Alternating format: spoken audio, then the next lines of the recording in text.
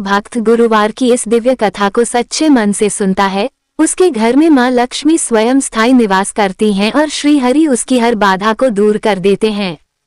पुष्पनकाल आज की यह कथा केवल कहानी नहीं, बल्कि ऐसा दिव्य अमृत है जो बंद भाग्य के द्वार भी खोल सकता है। इसलिए इसे अंत तक अवश्य सुने, क्योंकि बीच में छोड़ी गई कथा अधूरा पुण्य देती है। जय माँ महालक्ष्मी। प्रिय श्रोतागण, जो मनुष्य गुरुवार के पावन दिन जगत के पालनहार भगवान विष्णु और धन वैभव की अधिष्ठात्री माता महालक्ष्मी की ये दिव्य और चमत्कारी कथा श्रद्धा भाव से सुन लेता है, उसके जीवन से दरिद्रता, दुख, क्लेश और अशुभ शक्तियों का अंत होने लगता है। शास्त्रों में कहा गया है कि जहाँ श्री हरि का नाम गूंजता है, वहाँ स्वयं माँ लक्ष्मी बिना बुलाए चली आती हैं। दर्शक बंधुओं, आज का ये गुरुवार कोई साधारण दिन नहीं है। ये वो पवित्र अवसर है जब भक्त और भगवान के बीच की दूरी समाप्त हो जाती है। जो व्यक्ति आज के दिन पूर्ण विश्वास और भक्ति से कथा सुनता है, उसके जीवन के रुके हुए कार्य बनने लगते हैं, घर में सुख समृद्धि का आगमन होता है और मन को अद्भुत शांति प्राप्त होती है। आज के समय में हर व्यक्ति किसी न किसी पीड़ा से गुजर रहा है। कोई धन की कमी से परेशान है, कोई रोग से, कोई मानसिक तनाव से, तो कोई परिवार के कलह से। लेकिन जब भक्त पूरे समर्पण के साथ श्री हरि की शरण में जाता है, तब उसके जीवन के सबसे बड़े संकट भी धीरे धीरे समाप्त होने लगते हैं। क्योंकि भगवान विष्णु केवल पालनहार ही नहीं, बल्कि भक्तों के सच्चे रक्षक भी हैं। माता महालक्ष्मी की कृपा जिस घर पर बरसती है, वहाँ कभी अभाव नहीं रहता। वहाँ अन्न के भंडार भरे रहते हैं, परिवार में प्रेम बना रहता है और जीवन में सकारात्मक ऊर्जा का संचार होता है। लेकिन माता लक्ष्मी वहीं निवास करती हैं जहाँ सत्य, धर्म और श्रद्धा का वास होता है। इसलिए प्रिय श्रोताओं, आज अपने मन की सारी चिंता श्री हरि के चरणों में समर्पित कर दीजिए और पूर्ण विश्वास रखिए कि यह कथा आपके जीवन में कोई ना कोई शुभ परिवर्तन अवश्य लेकर आएगी। यदि आप चाहते हैं कि आपके परिवार पर भगवान विष्णु और माता लक्ष्मी की कृपा सदा बनी रहे, तो इस कथा को अंत तक अवश्य सुने और कमेंट में जय श्री हरि अवश्य लिखें। अब आइए पूरी श्रद्धा और भक्ति के साथ इस दिव्य कथा का आरंभ करते हैं। प्राचीन समय की बात है। हिमालय की पर्वत श्रृंखलाओं के बीच बसा एक अत्यंत समृद्ध और सुंदर राज्य था जिसका नाम था सुजानपुर। वो नगर इतना वैभवशाली था कि दूर दूर से व्यापारी वहां व्यापार करने आते थे। नगर की गलियों में सदैव सुख और शांति का वातावरण रहता था। हर घर के आंगन में तुलसी का पौधा लहलहाता था और सुबह होते ही मंदिरों की घंटियों से पूरा नगर भक्तिमय हो उठता था। सुजानपुर के राजा थे धर्मात्मा वीर सिंह। राजा वीर सिंह केवल नाम के राजा नहीं थे, बल्कि अपनी प्रजा के लिए पिता समान थे। वे अत्यंत न्यायप्रिय, दयालु और भगवान विष्णु के परम भक्त थे। उनका मानना था कि प्रजा की सेवा ही सबसे बड़ी पूजा है। वे प्रतिदिन ब्रह्म मुहूर्त में उठकर स्नान करते और घंटों तक भगवान विष्णु का ध्यान करते थे। राजा वीर सिंह की अर्धांगिनी रानी कलावती भी अत्यंत गुणवान और पतिव्रता स्त्री थीं। उनकी सुंदरता जितनी अद्भुत थी, उनका हृदय उससे कहीं अधिक निर्मल था। वे निर्धनों को दान देती, भूखों को भोजन कराती और हर गुरुवार व्रत रखकर भगवान विष्णु और माता लक्ष्मी की आराधना करती थीं। पूरे राज्य में लोग उन्हें लक्ष्मी स्वरूपा मानते थे। गुरुवार का दिन सुजानपुर में किसी पर्व से कम नहीं होता था। पूरे महल को पीले फूलों से सजाया जाता, मंदिरों में विशेष पूजा होती और राजा रानी स्वयं गरीबों में अन्न, वस्त्र और स्वर्ण का दान करते। एक बार बसंत ऋतु के आगमन पर सुजानपुर में भव्य विष्णु महायज्ञ का आयोजन किया गया। नगर में उत्सव जैसा वातावरण था। हर ओर पीले वस्त्र पहने लोग दिखाई दे रहे थे। मंदिरों में शंख और घंटियों की ध्वनि गूंज रही थी। उसी दिन प्रातःकाल राजा वीर सिंह अपने पूजा कक्ष में बैठे भगवान विष्णु की आराधना कर रहे थे। उनकी आंखों से भक्ति के आंसू बह रहे थे। वे फोल्डेड हाथों से बोले, हे प्रभु, आपने मुझे सब कुछ दिया, धन, वैभव, राज्य और सम्मान, लेकिन मुझे ऐसा आशीर्वाद दीजिए कि मेरा मन कभी आपके चरणों से दूर ना हो। तभी वहां रानी कलावती आईं। उनके हाथ में पूजा की स्वर्ण थाल थी जिसमें दीपक, पीले पुष्प और चंदन रखा हुआ था। उन्होंने राजा की आंखों में आंसू देखे तो प्रेम से बोली, स्वामी, आज आपका मन इतना भावुक क्यों है? राजा ने मुस्कुराते हुए कहा, कलावती, मुझे इस बात का भय रहता है कि कहीं ये राजसी वैभव मुझे मेरे प्रभु से दूर ना कर दे। संसार का मोह बहुत शक्तिशाली होता है। रानी ने मधुर स्वर में कहा, स्वामी, जिस हृदय में स्वयं नारायण का वास हो वहां मोह प्रवेश ही नहीं कर सकता। आपकी भक्ति ही इस राज्य की सबसे बड़ी शक्ति है। रानी की बातें सुनकर राजा का मन शांत हो गया। उसी क्षण उन्होंने संकल्प लिया कि इस गुरुवार वे पूरे राज्य में ऐसा दान करेंगे कि कोई भी व्यक्ति भूखा ना रहे। उन्होंने घोषणा करवाई कि महायज्ञ के दिन हर निर्धन को भोजन, वस्त्र और सहायता दी जाएगी। पूरे राज्य में तैयारियां आरंभ हो गईं। लोग अपने राजा की प्रशंसा करते नहीं थक रहे थे। लेकिन प्रिय श्रोताओं, जब भक्त की भक्ति सच्ची होती है तब ईश्वर उसकी परीक्षा भी अवश्य लेते हैं। महायज्ञ की संध्या थी। सूर्य अस्त होने वाला था और पूरा महल दीपकों की रोशनी से जगमगा रहा था। तभी अचानक महल के मुख्य द्वार पर एक वृद्ध ब्राह्मण आकर खड़ा हो गया। उसके वस्त्र फटे हुए थे, शरीर कमजोर था, लेकिन उसकी आंखों में अद्भुत तेज चमक रहा था। वो ऊंचे स्वर में बोला, क्या यही सुजानपुर है जहां धर्म और दान की इतनी बड़ी बातें होती हैं? क्या कोई है जो इस भूखे ब्राह्मण को आश्रय दे सके? ये सुनते ही राजा वीर सिंह स्वयं नंगे पैर दौड़ते हुए द्वार तक पहुंचे। उन्होंने उस वृद्ध ब्राह्मण के चरण छू लिए और विनम्रता से बोले, हे विप्रदेव, आज मेरे भाग्य जाग उठे कि आपने मेरे द्वार पर कदम रखा। कृपया आदेश दीजिए, मैं आपकी क्या सेवा कर सकता हूँ? वृद्ध ब्राह्मण ने गहरी दृष्टि से राजा को देखा और बोला, राजन, मैं साधारण भिक्षुक नहीं हूँ। मेरी इच्छा सामान्य नहीं है। यदि तुम वास्तव में धर्मात्मा हो तो सोच समझकर वचन देना। राजा ने बिना एक पल गनवाए हाथ जोड़ दिए। महाराज, मेरा सब कुछ प्रभु का है। आप जो मांगेंगे वह आपको समर्पित कर दिया जाएगा। ब्राह्मण के चेहरे पर रहस्यमयी मुस्कान उभरी। उसने धीरे धीरे राजमहल की ओर देखा और ऐसी बात कह दी जिसे सुनकर वहां उपस्थित सभी लोग स्तब्ध रह गए। वृद्ध ब्राह्मण ने अपनी तीखी दृष्टि राजा वीर सिंह पर टिकाई और भारी स्वर में बोला, राजन, यदि तुम सचमुच धर्म और सत्य के मार्ग पर चलने वाले हो तो मुझे तुम्हारा यह संपूर्ण राज्य दान में चाहिए। ये सिंहासन, ये महल, ये स्वर्ण भंडार, ये सेना और यह वैभव, सब कुछ अभी इसी क्षण मुझे समर्पित करना होगा। ब्राह्मण की बात सुनते ही पूरा राजदरबार सन्न रह गया। मंत्रीगण एक दूसरे का चेहरा देखने लगे। सैनिकों के हाथ कांप उठे। रानी कलावती भी कुछ क्षणों के लिए मौन रह गईं। किसी को विश्वास ही नहीं हो रहा था कि कोई साधारण ब्राह्मण एक चक्रवर्ती सम्राट से पूरा राज्य मांग सकता है। प्रधानमंत्री घबराकर आगे बढ़े और बोले, महाराज, यह कोई साधारण मांग नहीं है। ये राज्य केवल आपका नहीं, पूरी प्रजा का है। कृपया सोच विचार कर निर्णय लीजिए। लेकिन राजा वीर सिंह के चेहरे पर विचित्र शांति थी। उन्होंने एक गहरी सांस ली और भगवान विष्णु का स्मरण करते हुए अपने सिर से स्वर्ण मुकुट उतार लिया। उन्होंने अत्यंत विनम्रता से कहा, हे विप्रदेव, ये राज्य मेरा कब था? ये सब तो प्रभु की कृपा से मिला हुआ है। यदि आज प्रभु ने इसे आप तक पहुंचाने के लिए मुझे माध्यम बनाया है तो यह मेरा सौभाग्य है। इतना कहकर राजा ने अपना मुकुट ब्राह्मण के चरणों में रख दिया। पूरा राजमहल स्तब्ध रह गया। लोगों की आंखों से आंसू बहने लगे। रानी कलावती ने अपने पति की ओर देखा। उनके चेहरे पर दुख नहीं बल्कि गर्व की चमक थी। उन्होंने बिना कुछ कहे अपने गले का हार, हाथों के कंगन और कानों के कुंडल उतारकर ब्राह्मण के चरणों में रख दिए। रानी बोली, जहाँ धर्म है वहीं हमारा जीवन है।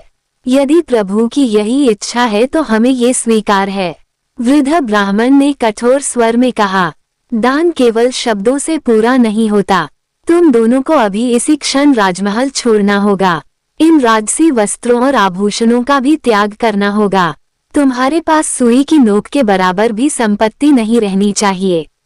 राजा ने बिना विरोध किए अपने राजसी वस्त्र उतार दिए और साधारण वस्त्र धारण कर लिए। रानी कलावती ने भी रेशमी वस्त्र त्याग कर साधारण सूती साड़ी पहन ली। प्रिय श्रोताओं, वह दृश्य इतना मार्मिक था कि वहां उपस्थित पत्थर दिल व्यक्ति भी रो पड़े। जिस राजा के दर्शन के लिए लोग घंटों प्रतीक्षा करते थे, आज वही राजा साधारण मनुष्य की तरह खड़ा था। लेकिन तभी वृद्ध ब्राह्मण ने फिर कहा, राजन, एक बात और, दान तब तक पूर्ण नहीं माना जाता जब तक दक्षिणा ना दी जाए। तुम्हें मुझे स्वर्ण मुद्राओं की दक्षिणा भी देनी होगी।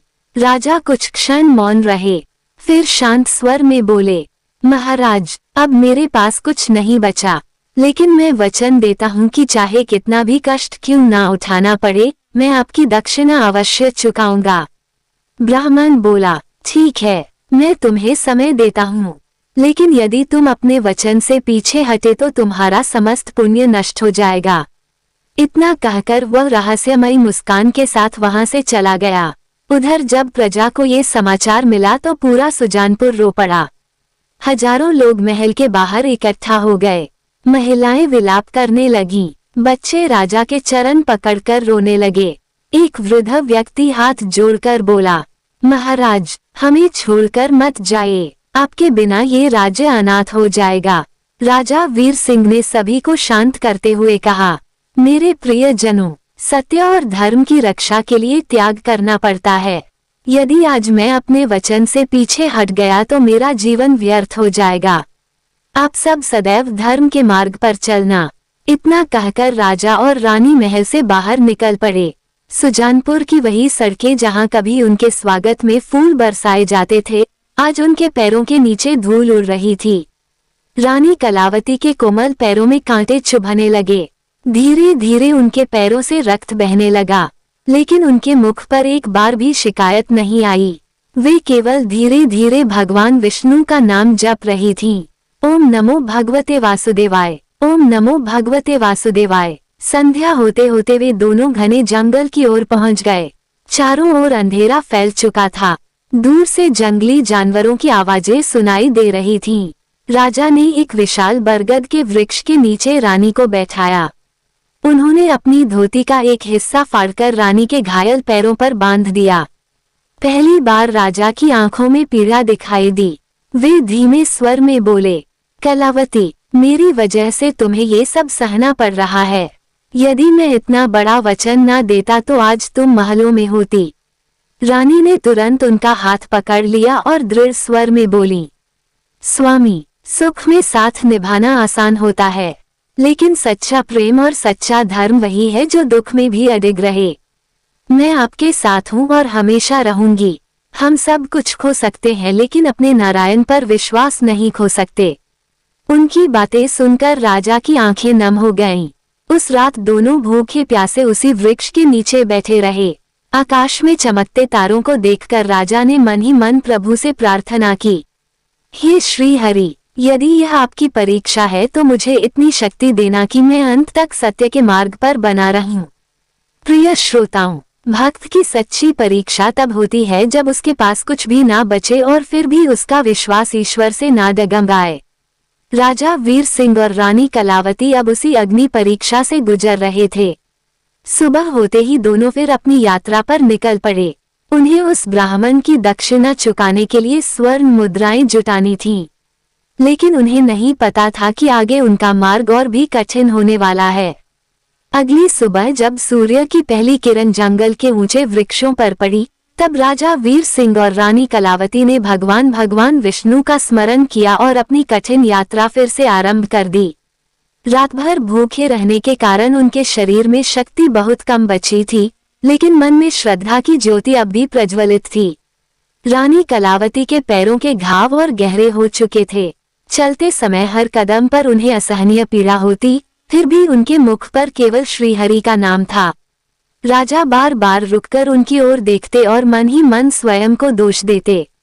कुछ दूर चलने के बाद वे एक बड़े नगर के पास पहुंचे जिसका नाम था धर्मपुरी। यह नगर व्यापार और धन संपत्ति के लिए दूर दूर तक प्रसिद्ध था। विशाल बाजार, ऊंची हवेलियां और सोने चांदी से सजी दुकानें देखकर राजा को एक पल के लिए अपने सुजानपुर की याद आ गई। लेकिन अब परिस्थिति बदल चुकी थी। कभी हजारों लोगों को दान देने वाला राजा आज स्वयं काम मांगने के लिए मजबूर था। राजा वीर सिंह ने साहस जुटाया और नगर के एक बड़े व्यापारी के पास जाकर बोले, सेठ जी, मैं श्रम करना चाहता हूँ, बदले में जो उचित समझे दे दीजिए, मुझे एक ब्राह्मण की दक्षिणा चुकानी है। व्यापारी ने राजा को ऊपर से नीचे तक देखा। उनके तेजस्वी चेहरे और फटे वस्त्रों को देखकर वह उपहास करने लगा। तुम्हारी शक्ल किसी राजा जैसी लगती है और काम मजदूरों जैसा मांग रहे हो। क्या तुम सच में कठिन परिश्रम कर पाओगे? राजा ने शांत स्वर में कहा, मनुष्य की पहचान उसके वस्त्रों से नहीं, कर्म से होती है। आप काम बताइए। व्यापारी ने हंसते हुए कहा, ठीक है, मेरे गोदाम में भारी पत्थरों के ढेर पड़े हैं। पूरी रात उन्हें एक स्थान से दूसरे स्थान तक पहुंचाना होगा। यदि काम पूरा कर दिया तो कुछ पारिश्रमिक मिल जाएगा। राजा ने बिना देर किए काम स्वीकार कर लिया। उधर रानी कलावती पास के मंदिर की सीढ़ियों पर बैठ गईं। भूख और थकान के कारण उनका चेहरा पीला पड़ चुका था, फिर भी वे भगवान विष्णु का जाप कर रही थीं। रात होते ही राजा ने गोदाम में काम शुरू किया। वे भारी भारी पत्थर अपनी पीठ पर उठाकर एक कोने से दूसरे कोने तक ले जाने लगे। धीरे धीरे उनके कंधों की चमड़ी छिल गई, हाथों में छाले पड़ गए, पसीना उनके पूरे शरीर से बह रहा था। हर पत्थर उठाते समय वे कहते, जय श्री हरि, यह मेरे अहंकार का भार है प्रभु, इसे भी अपने चरणों में स्वीकार कर लीजिए। दूसरी ओर रानी कलावती मंदिर में आने वाली स्त्रियों के बर्तन साफ करने लगीं। जिन हाथों में कभी सोने के कंगन चमकते थे, आज उन्हीं हाथों पर राख और मिट्टी लगी हुई थी। लेकिन प्रिय श्रोताओं, सच्ची भक्ति वही होती है जो परिस्थिति बदलने पर भी न बदले। पूरी रात कठिन परिश्रम करने के बाद सुबह हुई। राजा थके हुए कदमों से व्यापारी के पास पहुंचे। व्यापारी ने अपनी मुट्ठी खोली और राजा की हथेली पर केवल एक तांबे का छोटा सा सिक्का रख दिया। राजा कुछ क्षण उस सिक्के को देखते रह गए। उनकी आंखों में निराशा उतर आई। उन्हें तो स्वर्ण मुद्राएं चाहिए थी और यहाँ पूरी रात की मेहनत के बदले केवल एक तांबे का सिक्का मिला था। वे भारी मन से मंदिर की सीढ़ियों पर लौट आए जहाँ रानी उनका इंतजार कर रही थीं। राजा ने धीमे स्वर में कहा, कलावती, इस गति से तो वर्षों लग जाएंगे दक्षिणा चुकाने में, शायद मैं अपना वचन पूरा ना कर पाऊं। रानी ने उनके घायल हाथों को अपने हाथों में लिया और मुस्कुराते हुए बोली, स्वामी, जो व्यक्ति सत्य के मार्ग पर चलता है उसकी परीक्षा अवश्य होती है, लेकिन प्रभु कभी अपने भक्त को अकेला नहीं छोड़ते। ये तांबे का सिक्का छोटा हो सकता है, पर इसमें आपकी मेहनत और ईमानदारी की चमक है। उसी समय मंदिर के भीतर से शंख और घंटियों की आवाज गूंजने लगी। आरती आरंभ हो चुकी थी। पूरा वातावरण भक्तिमय हो गया। तभी मंदिर के मुख्य पुजारी बाहर आए। वे अत्यंत वृद्ध और तेजस्वी संत थे। उन्होंने राजा वीर सिंह के चेहरे को ध्यान से देखा और कुछ क्षण मौन रहे। फिर धीमे स्वर में बोले, वत्स, तुम्हारे भीतर कोई साधारण तेज नहीं है। तुम्हारी आंखों में तपस्या और सत्य की ज्योति दिखाई देती है। याद रखना, आज की रात तुम्हारे जीवन में बड़ा परिवर्तन लेकर आने वाली है। राजा और रानी एक दूसरे को देखने लगे। उन्हें समझ नहीं आया कि पुजारी किस ओर संकेत कर रहे हैं। रात गहराने लगी। अचानक मंदिर के पीछे बने भंडार गृह से धुआं उठने लगा। कुछ ही क्षणों में वहां भयंकर आग लग गई। लोग घबराकर इधर उधर भागने लगे। महिलाएं चीखने लगीं। मंदिर में अफरा तफरी मच गई।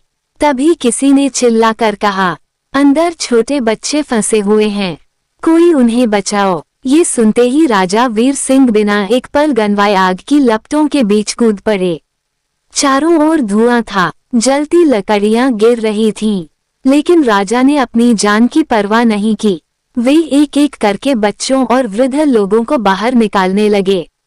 उनके हाथ जल गए, शरीर झुलस गया, लेकिन वे रुके नहीं। बाहर खड़ी रानी कलावती हाथ जोड़कर लगातार प्रार्थना कर रही थीं। हे नारायण, मेरे स्वामी की रक्षा करना। उन्होंने सदा धर्म का पालन किया है। तभी अचानक एक जलता हुआ विशाल खंभा राजा के ऊपर गिरने लगा। पूरा जनसमूह भय से चीख उठा, लेकिन उसी क्षण एक अद्भुत चमत्कार हुआ। तेज हवाएं चलने लगी और आग की लपटें धीरे धीरे शांत होने लगीं। ऐसा लग रहा था जैसे किसी अदृश्य शक्ति ने पूरे मंदिर को अपनी रक्षा में ले लिया हो। कुछ देर बाद राजा अंतिम बच्चे को गोद में उठाकर बाहर आए और वहीं भूमि पर गिर पड़े। जब उन्हें होश आया तो उन्होंने देखा कि मंदिर के वृद्ध पुजारी उनके सामने खड़े हैं। उनके हाथ में एक प्राचीन कलश था जिस पर भगवान विष्णु और माता महालक्ष्मी के चिन्ह बने हुए थे। पुजारी ने भावुक होकर कहा, राजन, आज तुमने अपने प्राणों की परवाह किए बिना इस मंदिर और यहाँ उपस्थित लोगों की रक्षा की है। ये दिव्य कलश उस व्यक्ति को दिया जाता है जो संकट के समय देवदूत बनकर आए।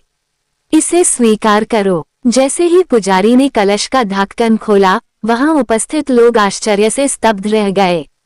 उस कलश के भीतर असंख्य चमकती हुई स्वर्ण मुद्राएं भरी हुई थीं। स्वर्ण मुद्राओं की वह दिव्य चमक पूरे मंदिर परिसर में फैल गई। ऐसा प्रतीत हो रहा था मानो स्वयं माता महालक्ष्मी ने अपनी कृपा उस कलश में भर दी हो। वहां उपस्थित सभी लोग आश्चर्य से राजा वीर सिंह को देखने लगे। वृद्ध पुजारी ने कांपते हुए स्वर में कहा, वत्स, यह कोई साधारण धन नहीं है। यह उस सेवा और त्याग का फल है जो तुमने बिना किसी स्वार्थ के किया है। इसे स्वीकार करो। भगवान विष्णु ने स्वयं तुम्हारी लाज रखी है। राजा वीर सिंह ने दोनों हाथ जोड़कर आकाश की ओर देखा। उनकी आंखों से आंसुओं की धारा बहने लगी। वे बोले, हे प्रभु, आपकी लीला अपरंपार है। आपने अपने दास को निराश नहीं होने दिया। रानी कलावती के चेहरे पर भी वर्षों बाद संतोष की हल्की मुस्कान दिखाई दी। उन्हें लगा कि अब ब्राह्मण की दक्षिणा चुकाने का मार्ग खुल गया है। लेकिन प्रिय श्रोताओं, जब भक्त के जीवन में प्रकाश आने लगता है, तब माया और लोभ उसकी परीक्षा लेने अवश्य आते हैं। भीड़ में वही लालची व्यापारी भी खड़ा था जिसने राजा से पूरी रात कठोर मेहनत करवाकर केवल एक तांबे का सिक्का दिया था। स्वर्ण मुद्राओं से भरा कलश देखकर उसकी आंखों में लालच चमकने लगा। वह तुरंत आगे आया और ऊंचे स्वर में बोला, रुको, इस कलश पर पहला अधिकार मेरा है। ये व्यक्ति मेरा मजदूर है। इसने मेरे यहाँ काम किया है। जो कुछ इसे मिला है वो मेरे अधिकार में आता है। व्यापारी की बात सुनकर लोग आपस में कानाफूसी करने लगे। राजा शांत खड़े रहे। उन्होंने विनम्र स्वर में कहा, सेठ जी, मैंने आपके यहाँ श्रम किया था और आपने उसका पारिश्रमिक भी दे दिया। ये कलश मेरे श्रम का नहीं, प्रभु की कृपा का फल है। लेकिन व्यापारी का लालच अब बढ़ चुका था। उसने नगर के कुछ सिपाहियों को इशारा किया और चिल्लाकर बोला, इस कलश को छीन लो। सिपाही आगे बढ़े। रानी कलावती घबरा गईं, लेकिन राजा ने उन्हें शांत रहने का संकेत दिया। तभी मंदिर के वृद्ध पुजारी क्रोधित होकर बोले, मूर्खों, ये कलश केवल वही धारण कर सकता है जिसका मन पवित्र हो। लोभ से इसे छूने वाला स्वयं विनाश को बुलाता है। लेकिन व्यापारी ने उनकी बात नहीं सुनी। वह झपटकर कलश पकड़ने लगा। जैसे ही उसके हाथ कलश से टकराए, अचानक वह जोर से चीख उठा। ऐसा लगा मानो उसने जलते अंगारे पकड़ लिए हों। उसके हाथ बुरी तरह कांपने लगे।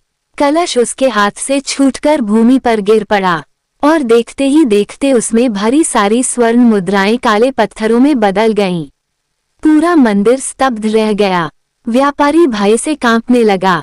उसके हाथ काले पड़ चुके थे। लोग डरकर पीछे हट गए। तभी राजा वीर सिंह आगे बढ़े। उनके चेहरे पर क्रोध नहीं बल्कि करुणा थी। उन्होंने आंखें बंद कर भगवान विष्णु का स्मरण किया और धीरे से उन पत्थरों को स्पर्श किया। प्रिय श्रोताओं, जैसे ही राजा के पवित्र हाथ उन पत्थरों से स्पर्श हुए, एक दिव्य प्रकाश प्रकट हुआ और वे सभी पत्थर फिर से चमकती हुई स्वर्ण मुद्राओं में बदल गए। ये चमत्कार देखकर पूरा जनसमूह राजा के चरणों में गिर पड़ा। व्यापारी रोते हुए बोला, मुझे क्षमा कर दीजिए, मेरे लोभ ने मेरी बुद्धि छीन ली थी। राजा ने उसे उठाकर कहा, धन मनुष्य की परीक्षा लेता है सेठ जी, लेकिन याद रखो, लोभ से पाया हुआ धन कभी सुख नहीं देता। वृद्ध पुजारी ने राजा की ओर देखकर कहा, वत्स, अब तुम यहाँ अधिक देर मत रुको। तुम्हारी यात्रा अभी समाप्त नहीं हुई है। तुम्हें उस ब्राह्मण को दक्षिणा देकर अपना वचन पूर्ण करना होगा। राजा और रानी ने पुजारी को प्रणाम किया और स्वर्ण मुद्राओं से भरा वह कलश लेकर वहां से निकल पड़े। अब उनका लक्ष्य था काशी पहुंचना। उन्हें विश्वास था कि वही रहस्यमयी ब्राह्मण वहां अवश्य मिलेगा। दिन भर चलते चलते वे एक सुनसान मार्ग पर पहुंच गए। चारों ओर घना जंगल था। रानी कलावती अत्यधिक थक चुकी थीं। राजा ने एक वृक्ष के नीचे उन्हें बैठाया और पास की बावड़ी से जल लाने चले गए। रानी अकेली बैठी भगवान का स्मरण कर रही थीं। तभी वहां एक वृद्ध स्त्री आई।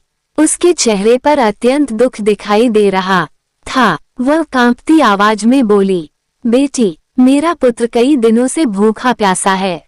क्या तुम्हारे पास थोड़ा जल है? रानी ने करुणा से भर कर कहा, माता, मेरे स्वामी जल लेने गए हैं। वे आते ही आपको अवश्य देंगे।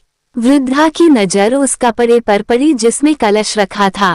वह बोली, बेटी, क्या उस पात्र में थोड़ा जल भरकर मुझे दे सकती हो? मेरा पुत्र प्यास से तड़प रहा है। रानी कलावती दुविधा में पड़ गईं। वो कलश ब्राह्मण की दक्षिणा के लिए था। उसे खोलना उचित होगा या नहीं, वे समझ नहीं पा रही थीं। लेकिन अगले ही क्षण उनके हृदय की ममता जाग उठी। उन्होंने सोचा कि किसी प्यासे की सहायता करना सबसे बड़ा धर्म है।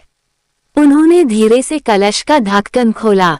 जैसे ही ढक्कन खुला, अचानक वह वृद्धा वहां से गायब हो गई।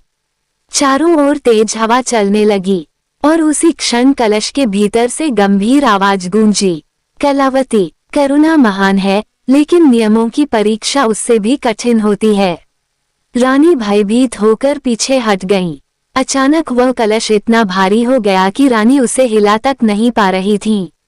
ऐसा लग रहा था मानो उसमें हजारों मन वजन भर गया हो। तभी राजा वीर सिंह जल लेकर लौटे। उन्होंने रानी को रोते हुए देखा तो तुरंत घबरा गए। रानी ने सारी बात बता दी। राजा कुछ क्षण मौन रहे, फिर मुस्कुराकर बोले, प्रिय, करुणा कभी पाप नहीं होती। यदि यह भी प्रभु की परीक्षा है तो हम इसे भी स्वीकार करेंगे। इतना कहकर राजा ने उस भारी कलश को उठाने का प्रयास किया, लेकिन वह जमीन से टस से मस नहीं हुआ। राजा ने पूरी शक्ति लगा दी। उनके शरीर की नसें तन गईं। माथे पर पसीना छलकने लगा। अंततः उन्होंने उस भारी कलश को अपनी पीठ पर उठा लिया। अब हर कदम उनके लिए पर्वत उठाने जैसा कठिन था, लेकिन उनकी जुबान पर लगातार एक ही मंत्र था, ओम नमो भगवते वासुदेवाय, ओम नमो भगवते वासुदेवाय। धीरे धीरे चलते हुए वे काशी की ओर बढ़ने लगे। उन्हें क्या पता था कि उनकी सबसे कठिन परीक्षा अभी बाकी थी। राजा वीर सिंह अपनी पीठ पर उस भारी कलश को उठाए धीरे धीरे आगे बढ़ रहे थे। उनके पैरों से रक्त बह रहा था, शरीर थकान से कांप रहा था, लेकिन उनके चेहरे पर अब भी भगवान विष्णु के प्रति अटूट विश्वास झलक रहा था। रानी कलावती भी उनके पीछे पीछे चल रही थीं। उनके कदम डगमगा रहे थे, फिर भी वे बार बार अपने पति को साहस देती। वे बोली, स्वामी, बस थोड़ा और धैर्य रखिए। मुझे विश्वास है कि हमारे प्रभु हमें निराश नहीं करेंगे। धीरे धीरे कई दिन बीत गए। अंततः एक संध्या वे दोनों मां गंगा के पवित्र तट पर पहुंचे। दूर से काशी नगरी के मंदिरों के शिखर दिखाई दे रहे थे। घंटियों और हर हर महादेव के जयघोष से पूरा वातावरण गूंज रहा था। लेकिन उनके और काशी के बीच विशाल गंगा नदी बह रही थी। रात होने लगी थी और नदी की लहरें अत्यंत उग्र दिखाई दे रही थीं।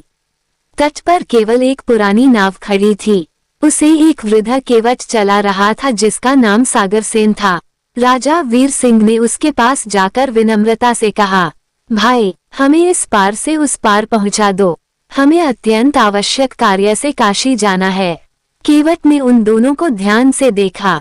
उनके फटे वस्त्र और थके हुए चेहरे देखकर उसने कठोर स्वर में कहा, मेरी नाव मुफ्त में नहीं चलती। इस समय नदी पार करना खतरे से खाली नहीं है। बिना पारिश्रमिक के मैं अपनी जान जोखिम में नहीं डाल सकता। राजा ने शांत स्वर में कहा, भाई, हमारे पास देने के लिए कुछ भी नहीं है। केवल ये कलश है जो एक ब्राह्मण की दक्षिणा है। इसे हम किसी और कार्य में उपयोग नहीं कर सकते। सागर सेन हंस पड़ा। दुनिया दया से नहीं, लेन देन से चलती है। यदि धन नहीं है तो किनारे पर ही प्रतीक्षा करो। ये सुनकर रानी कलावती कुछ क्षण सोचने लगी। अचानक उन्हें याद आया कि उनके बालों में एक छोटा सा स्वर्ण सूत्र अब भी छिपा हुआ था, जो उनके मायके की अंतिम निशानी था। उन्होंने बिना देर किए वह स्वर्ण सूत्र निकालकर केवट की ओर बढ़ा दिया। रानी बोली, भैया, हमारे पास बस यही अंतिम वस्तु बची है, इसे स्वीकार कर हमें पार पहुंचा दीजिए। केवट कुछ क्षण उन्हें देखता रहा, फिर उसने वह स्वर्ण सूत्र लिया और चुपचाप उन्हें नाव में बैठने का संकेत कर दिया। धीरे धीरे नाव गंगा के बीच पहुंचने लगी। चारों ओर अंधेरा बढ़ चुका था, ठंडी हवाएं चल रही थीं, लेकिन अचानक नदी का जल उग्र होने लगा। विशाल लहरें नाव से टकराने लगी, नाव बुरी तरह डगमगाने लगी। सागर सेन घबरा गया, वह चिल्लाया, ये कलश बहुत भारी है, इसी वजह से नाव डूब रही है। यदि प्राण बचाने हैं तो इसे नदी में फेंक दो। ये सुनकर राजा वीर सिंह ने कलश को और मजबूती से पकड़ लिया। वे दृढ़ स्वर में बोले, नहीं, ये केवल स्वर्ण का पात्र नहीं, मेरे वचन और धर्म का प्रतीक है। चाहे मेरे प्राण चले जाएं, लेकिन मैं इसे नहीं त्यागूंगा। लहरें और भी उग्र होने लगी। ऐसा लग रहा था कि अगले ही क्षण नाव पलट जाएगी। तभी राजा ने आंखें बंद कर ली और गहरे भाव से मंत्र जपने लगे। ओम नमो भगवते वासुदेवाय, ओम नमो भगवते वासुदेवाय। प्रिय श्रोताओं, जैसे ही राजा के मुख से ये दिव्य मंत्र निकला, अचानक एक अद्भुत चमत्कार हुआ। गंगा की उग्र लहरें धीरे धीरे शांत होने लगी। नाव के चारों ओर दिव्य प्रकाश फैल गया। ऐसा प्रतीत हो रहा था मानो कोई अदृश्य शक्ति स्वयं नाव की रक्षा कर रही हो। सागर सेन भय और आश्चर्य से कांप उठा। उसे लगा जैसे राजा के पीछे एक दिव्य चतुर्भुज आकृति खड़ी हो। उसका अहंकार टूट गया। वह तुरंत राजा के चरणों में गिर पड़ा और रोते हुए बोला, मुझे क्षमा कर दीजिए, मैं आपको पहचान नहीं पाया। आप कोई साधारण मनुष्य नहीं हैं। राजा ने उसे उठाकर गले लगाया और बोले, भाई, तुमने कोई अपराध नहीं किया। हर मनुष्य अपना कर्तव्य निभाता है। कुछ देर बाद नाव सुरक्षित काशी के घाट पर पहुंच गई। जैसे ही राजा और रानी ने काशी की पवित्र भूमि पर कदम रखा, उनके मन में अद्भुत शांति का अनुभव हुआ। लेकिन उनकी सबसे बड़ी परीक्षा अभी बाकी थी।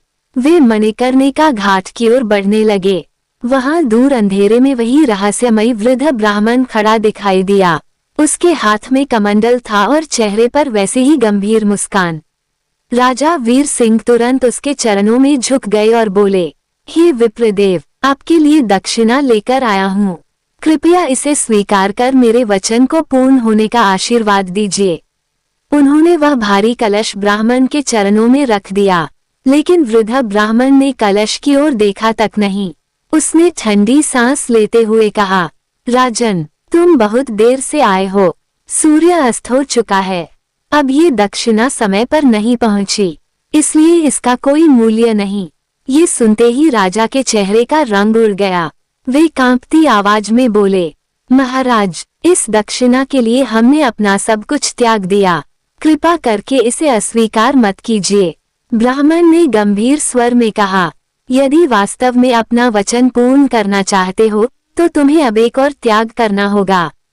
राजा ने हाथ जोड़ दिए, आज्ञा दीजिए, अब मेरे पास स्वयं के शरीर के अतिरिक्त कुछ भी नहीं बचा। तभी वृद्ध ब्राह्मण ने धीरे धीरे अपनी उंगली रानी कलावती की ओर उठाई और ऐसी बात कह दी जिसे सुनकर स्वयं काशी की पवित्र भूमि भी कांप उठी। वृद्ध ब्राह्मण की आंखों में विचित्र कठोरता चमक उठी। उसने रानी कलावती की ओर संकेत करते हुए कहा, राजन, यदि तुम वास्तव में अपने वचन के प्रति अडिग हो तो तुम्हें अपनी रानी को काशी के बाजार में बेचकर उसकी प्राप्त धनराशि मुझे दक्षिणा के रूप में देनी होगी। तभी तुम्हारा दान पूर्ण माना जाएगा। ये सुनते ही राजा वीर सिंह के शरीर में जैसे प्राण ही ना रहे। उनके हाथ कांपने लगे, आंखों से अश्रुधारा बह निकली। वे कांपती आवाज में बोले, महाराज, ये कैसी कठोर आज्ञा है। मैं अपना जीवन दे सकता हूँ, अपना शरीर अग्नि में अर्पित कर सकता हूँ, लेकिन अपनी पत्नी का सौदा कैसे करूं? ब्राह्मण ने तीखे स्वर में कहा, तो फिर मान लो कि तुम्हारी भक्ति अधूरी थी। सत्य केवल सुख के समय निभाना आसान होता है। कठिनाई आने पर जो डगमगा जाए वह सच्चा भक्त नहीं कहलाता। राजा वीर सिंह मौन हो गए। उनका हृदय भीतर से टूट चुका था। वे भूमि पर बैठ गए और दोनों हाथों से अपना चेहरा ढक लिया। तभी रानी कलावती उनके पास आई। उनके चेहरे पर पीड़ा थी, लेकिन आंखों में अद्भुत धैर्य। उन्होंने धीरे से कहा, स्वामी, यदि मेरे त्याग से आपके सत्य और धर्म की रक्षा होती है तो यह मेरा सौभाग्य होगा। पत्नी का सबसे बड़ा धर्म अपने पति के वचन की रक्षा करना है। राजा ने तुरंत कहा, नहीं कलावती, मैं यह अन्याय नहीं कर सकता। रानी ने दृढ़ स्वर में उत्तर दिया, स्वामी, क्या हमने अब तक हर परीक्षा में भगवान विष्णु पर विश्वास नहीं रखा? तो आज क्यों विचलित हो रहे हैं? यदि यह भी प्रभु की इच्छा है तो हमें इसे स्वीकार करना होगा। प्रिय श्रोताओं, वो क्षण इतना मार्मिक था कि स्वयं गंगा की लहरें भी मानो धीमी पड़ गईं। अगली सुबह राजा वीर सिंह भारी कदमों से रानी कलावती को लेकर काशी के बाजार पहुंचे। वहां चारों ओर व्यापारियों की भीड़ थी। कहीं रेशम बिक रहा था, कहीं सोना चांदी, और एक कोने में दास दासियों की खरीद फरोख्त हो रही थी। राजा का कलेजा कांप उठा। वे कांपते स्वर में बोले, क्या कोई है जो इस धर्मपरायण स्त्री को खरीद सके? मुझे एक ब्राह्मण की दक्षिणा चुकानी है। लोग आश्चर्य से उन्हें देखने लगे। रानी कलावती का तेज ऐसा था कि कोई भी उन्हें साधारण स्त्री नहीं समझ पा रहा था। तभी भीड़ में से एक वृद्ध और कठोर स्वभाव वाला ब्राह्मण आगे आया। उसका नाम था कालदेव। कालदेव ने रानी को ध्यान से देखा और बोला, मुझे अपने घर के कामकाज के लिए एक दासी चाहिए। मैं इसके बदले 500 स्वर्ण मुद्राएं दूंगा। ये सुनते ही राजा वीर सिंह की आंखों से आंसू बहने लगे। उनके होंठ कांप रहे थे, लेकिन रानी ने शांत दृष्टि से उन्हें देखा और धीरे से सिर झुका दिया। कालदेव ने स्वर्ण मुद्राओं की थैली राजा की ओर बढ़ाई और रानी का हाथ पकड़ लिया। जाते जाते रानी ने पीछे मुड़कर अपने पति को देखा। उनकी आंखों में आंसू थे, लेकिन उनमें एक मौन संदेश भी था। स्वामी, धर्म का साथ मत छोड़िए। राजा वहीं पत्थर की तरह खड़े रह गए। ऐसा लग रहा था मानो उनकी आत्मा उनसे अलग हो गई हो। कुछ देर बाद वे भारी मन से उस वृद्ध ब्राह्मण के पास पहुंचे और 500 स्वर्ण मुद्राएं उसके चरणों में रख दी। लेकिन प्रिय श्रोताओं, परीक्षा अभी समाप्त नहीं हुई थी। वृद्ध ब्राह्मण ने स्वर्ण मुद्राओं को देखा और फिर शांत स्वर में बोला, राजन, रानी की दक्षिणा तो मिल गई, लेकिन तुम्हारी दक्षिणा अभी शेष है। जब तक तुम स्वयं को नहीं बेचोगे तब तक ये यज्ञ पूर्ण नहीं होगा। राजा वीर सिंह ने एक लंबी सांस ली। अब उनके पास खोने के लिए कुछ भी नहीं बचा था। वे पुनः बाजार में गए और ऊंचे स्वर में बोले, क्या कोई है जो इस व्यक्ति को खरीद सके? मैं हर प्रकार का कार्य करने को तैयार हूँ। तभी वहां एक भयानक रूप वाला व्यक्ति आया। उसका नाम था श्मशानपाल। वो मणिकर्णिका घाट का चांडाल था। उसका कार्य शवों का अंतिम संस्कार कराना और कर वसूलना था। उसने राजा को घूरते हुए कहा, मेरा काम बहुत कठिन है। दिन रात चिताओं के बीच रहना होगा, मृत शरीर उठाने होंगे। क्या तुम ये सब कर पाओगे? राजा ने शांत स्वर में कहा, अब मैं केवल एक दास हूँ। जो आदेश मिलेगा वही करूँगा। श्मशानपाल ने राजा को खरीद लिया और उन्हें सीधे मणिकर्णिका घाट ले गया। प्रिय श्रोताओं, कल्पना कीजिए उस राजा की जो कभी स्वर्ण सिंहासन पर बैठता था। आज वही राजा शमशान की राख के बीच खड़ा था। उनके शरीर पर साधारण वस्त्र थे, हाथ में कर वसूलने वाला डंडा था और चारों ओर जलती हुई चिताएं थीं। उधर रानी कलावती कालदेव ब्राह्मण के घर में दिन रात सेवा करती। वे बर्तन साफ करती, आंगन बुहारती और कठोर वचन सुनती। लेकिन दोनों के हृदय में अब भी केवल एक ही नाम था, ओम नमो भगवते वासुदेवाय। समय बीतता गया। एक रात काशी में भयंकर वर्षा हो रही थी। बिजली चमक रही थी। पूरा मणिकर्णिका घाट अंधकार में डूबा हुआ था।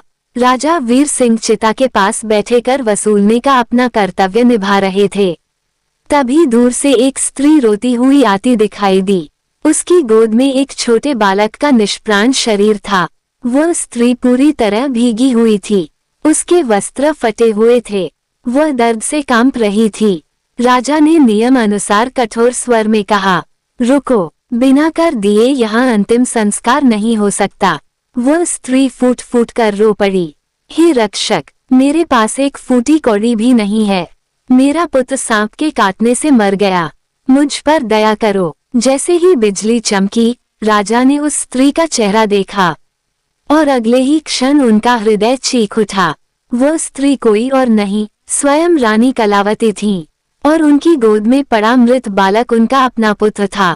वह रात मानव इतिहास की सबसे कठिन और हृदय विदारक रातों में से एक थी। एक ओर सत्य पर अडिग राजा वीर सिंह खड़े थे और दूसरी ओर उनकी पत्नी रानी कलावती अपनी गोद में अपने इकलौते पुत्र का निर्जीव शरीर लिए रो रही थीं। आकाश में बिजली चमक रही थी। मणिकर्णिका घाट पर जलती चिताओं की लपटें हवा में उठ रही थीं। गंगा की लहरें मानो स्वयं इस दृश्य को देखकर विलाप कर रही थीं। राजा वीर सिंह का हृदय भीतर से टूट चुका था।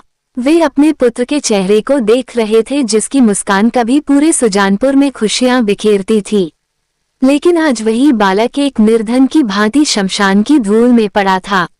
रानी कलावती फूट फूट कर रोते हुए बोली, स्वामी, क्या हमारी परीक्षा अभी भी समाप्त नहीं हुई? देखिए, हमारा पुत्र हमें छोड़कर चला गया। अब तो मुझ पर दया कीजिए और इसका अंतिम संस्कार होने दीजिए। राजा की आंखों से आंसू बहने लगे।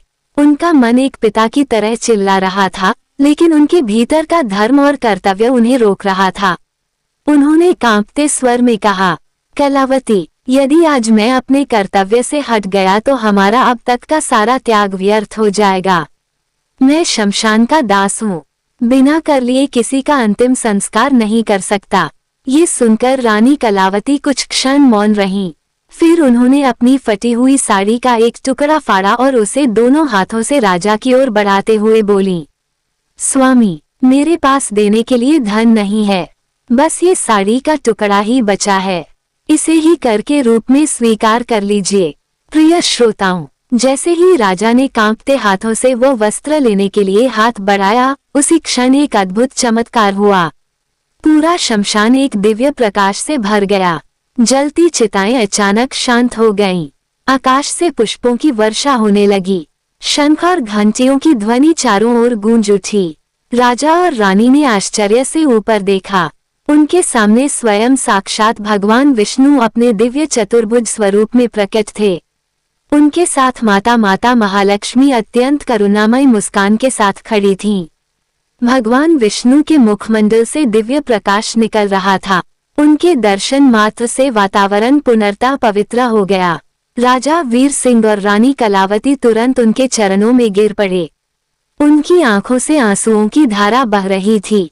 भगवान विष्णु ने प्रेमपूर्वक कहा, उठो वत्स वीर सिंह, उठो देवी कलावती, तुम्हारी परीक्षा पूर्ण हुई। तुमने संसार को ये सिद्ध कर दिया कि सच्चा भक्त परिस्थिति कैसी भी हो, धर्म और सत्य का मार्ग नहीं छोड़ता। माता महालक्ष्मी आगे बढ़ी। उन्होंने मृत बालक के मस्तक पर अपना करुणामय हाथ रखा और प्रिय श्रोताओं, अगले ही क्षण वह बालक धीरे धीरे आंखें खोलने लगा। उसके शरीर में फिर से प्राण लौट आए। रानी कलावती खुशी से रो पड़ी। उन्होंने अपने पुत्र को गले से लगा लिया। भगवान विष्णु ने मुस्कुराते हुए कहा, वत्स, वह वृद्ध ब्राह्मण, वह चांडाल और तुम्हारे जीवन में आई हर कठिनाई मेरी ही लीला थी। मैं संसार को ये दिखाना चाहता था कि जो भक्त मुझ पर पूर्ण विश्वास रखता है, उसे कोई विपत्ति पराजित नहीं कर सकती। इतना कहते ही राजा के शरीर से राख और फटे वस्त्र गायब हो गए। वे फिर से उसी दिव्य तेज से प्रकाशित होने लगे। रानी कलावती भी अलौकिक आभा से चमक उठी। तभी वहां सुजानपुर की पूरी प्रजा भी प्रकट हो गई। मंत्री, सैनिक और नगरवासी अपने राजा और रानी को देखकर भावविभोर हो उठे। सब एक स्वर में जयकार करने लगे, जय श्री हरि, जय मां लक्ष्मी। भगवान विष्णु ने राजा वीर सिंह का हाथ पकड़कर कहा, वत्स, तुम्हारा राज्य तुम्हारी प्रतीक्षा कर रहा है। अब लौट जाओ और धर्मपूर्वक अपनी प्रजा का पालन करो। माता महालक्ष्मी ने आशीर्वाद देते हुए कहा, जो भी मनुष्य गुरुवार के दिन श्रद्धा और विश्वास के साथ यह कथा सुनेगा, उसके घर में कभी दरिद्रता का वास नहीं होगा। उसके जीवन के संकट दूर होंगे और उसके परिवार में सुख समृद्धि बनी रहेगी।